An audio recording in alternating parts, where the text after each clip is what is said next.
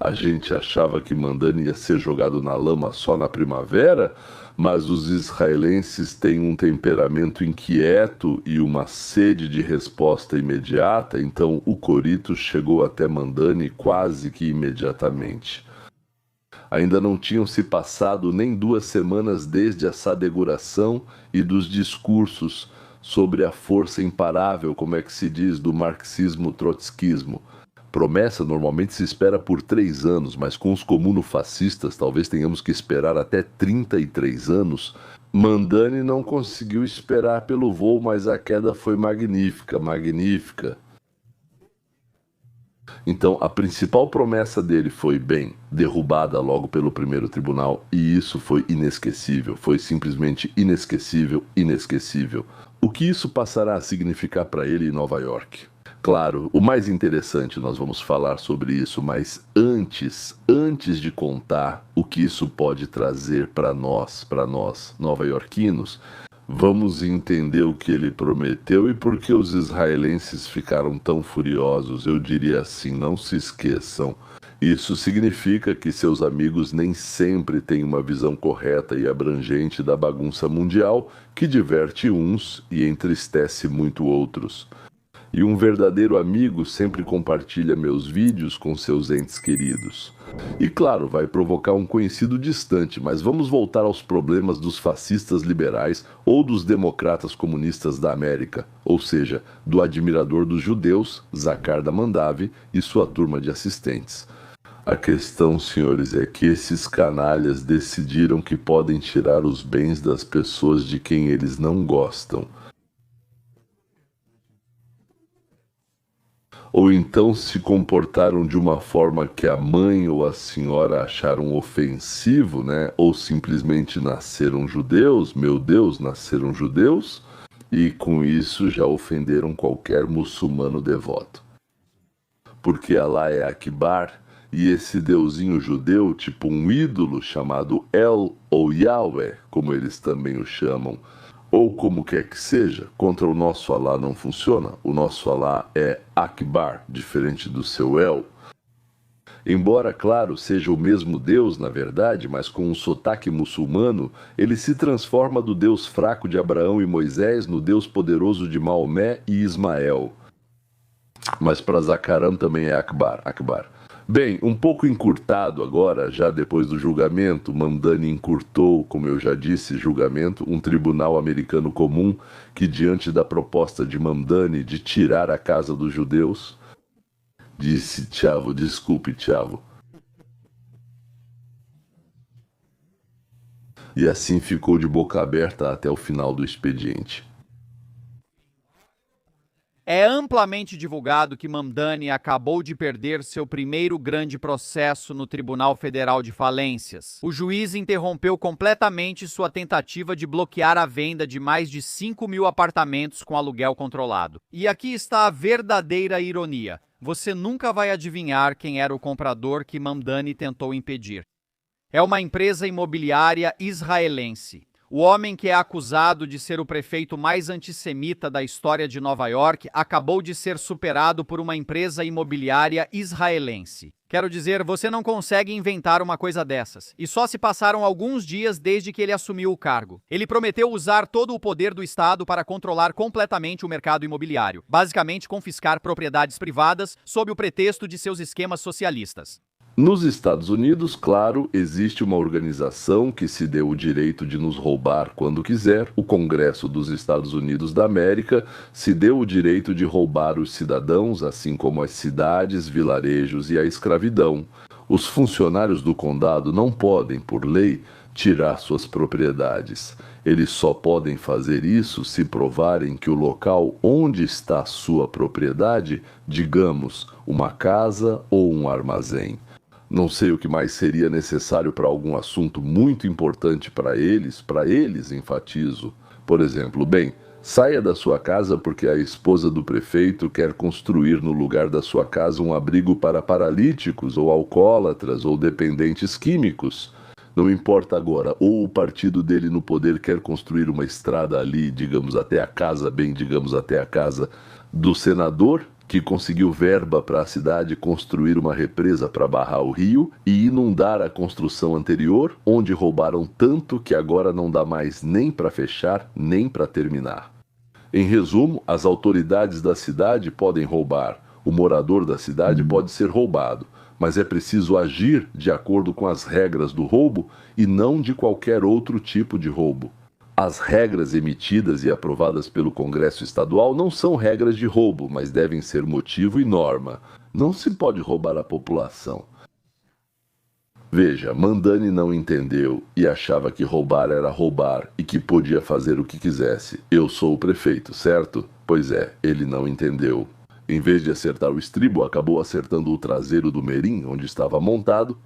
Os Estados Unidos da América não são Honduras, onde se rouba o que quiser, quando quiser, mas certas pessoas não podem ser tocadas, essas são as regras lá. Nos Estados Unidos da América pode-se roubar, mas seguindo regras bem definidas.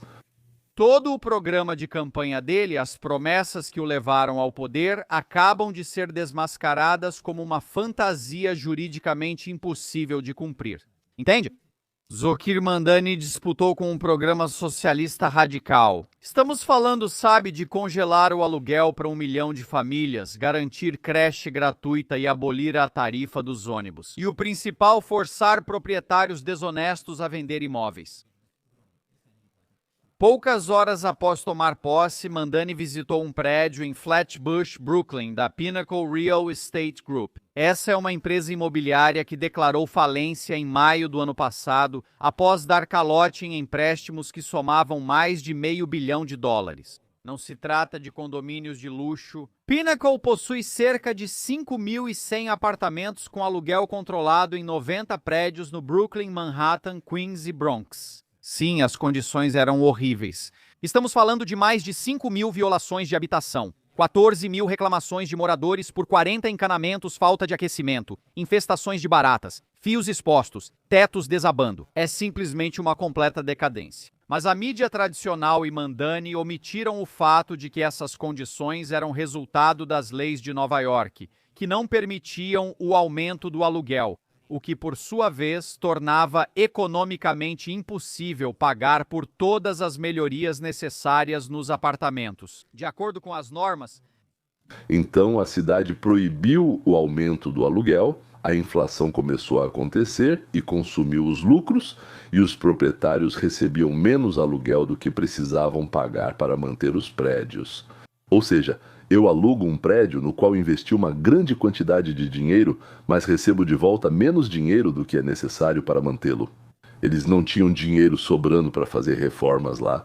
Digamos, naturalmente, as autoridades municipais são culpadas por isso, certo? Sim, quem mais seria? Mas as autoridades municipais, na verdade, as autoridades nunca admitem que são culpadas de alguma coisa. E Mamdani declarou que ele iria tirar dos proprietários dessas casas problemáticas suas propriedades, ou seja, roubar os donos que investiram ali muito dinheiro, tempo e trabalho. E depois de tirar, tirou sim, por exemplo, chegou, tirou, expulsou, matou, colocou na prisão, não sei sim, depois de tirar, é preciso fazer alguma coisa com isso, não é? Ele pretendia ir até os moradores mais ricos da cidade, tirar deles suas economias, queria criar um imposto sobre as economias e, com esse dinheiro, consertar as casas e dar aos moradores que viviam lá o direito de morar de graça agora nas casas reformadas. Se não fosse de graça, cobravam mais barato. Depois de 2 ou 3 anos, quando desmoronavam, precisavam roubar os moradores de novo, ou seja, de novo tirar dinheiro deles e de novo consertar os prédios abandonados. E assim sempre foi. Há quanto tempo existe o comunofascismo? Essas condições precárias, na verdade, são resultado das mesmas leis que Mamdani apoia e defende. Mas isso não importa, foi exatamente nesse momento que Mamdani viu sua hora de brilhar. A Summit Properties, Estados Unidos da América, filial americana de uma grande imobiliária israelense, fez uma oferta vencedora de €450, $1 milhão para adquirir todos esses imóveis em falência. Mamdani logo anunciou que as autoridades municipais pretendiam intervir para barrar o negócio. Então, o argumento dele era que ele afirmava que a empresa Pinnacle, Os proprietários originais deviam à cidade de Nova York 12,7 milhões de dólares em multas não pagas, o que tornava a cidade credora no processo de falência. Mas estava absolutamente claro qual era o verdadeiro objetivo dele. Mamdani queria que Nova York, o governo, a Organização das Nações Unidas, ou ao menos uma organização não governamental de extrema esquerda aprovada por ele, assumisse o controle dessas propriedades privadas. Os israelenses propuseram comprar e reformar o prédio, mas Mamdani decidiu impedir o negócio e simplesmente tomar o imóvel dos donos. E tudo isso só porque ele quis muito. Então por que não deixar ele tomar? Assim, simplesmente, como Lenin, Bukharin e Trotsky, vamos tomar e pronto. O juiz federal de falências David Jones percebeu isso imediatamente e, em 9 de janeiro, Jones rejeitou o pedido da cidade sem conceder absolutamente nenhum adiamento para a realização da venda. O negócio foi fechado na hora e a Summit venceu o leilão por 451,3 milhões de dólares americanos. A propriedade privada seguirá em mãos privadas. Isso significa que todas as outras tentativas de Mamdani de confiscar propriedades privadas e nacionalizar ou municipalizar edifícios residenciais, escritórios e instalações industriais provavelmente não vão passar, mas de acordo com Sarante. Ou seja, a maior ou uma das principais promessas de Mamdani. 1 milhão de pessoas vai morar nos apartamentos, mas não vai pagar por eles, e quem vai pagar pela moradia deles são aqueles que, na visão de Mamdani, ganham demais. Ah, interessante, né? E ainda ganham muito. Hoje pode ser 200 mil por ano, amanhã 123.524 dólares, ou por mês, ou por dia, não importa, ou até mesmo em 10 anos. Mas, na verdade, qualquer valor que os comunofascistas quiserem cobrar e quanto vão cobrar, eles mesmos vão decidir. Eles queriam muito fazer isso e até prometeram, e por isso esses malucos, esses doidos, acabaram escolhendo eles. E o juiz federal disse para ele, vai pro inferno. De jeito nenhum você não tem esse poder e o livre mercado vai decidir quem é dono desses prédios. Esta é, sem dúvida, a primeira e mais importante derrota jurídica do prefeito, cuja plataforma depende do controle estatal do mercado imobiliário. A União das Repúblicas Socialistas Soviéticas teria desmoronado se não controlasse nossos empregos e onde morávamos. Teria acabado já nos primeiros 5 anos.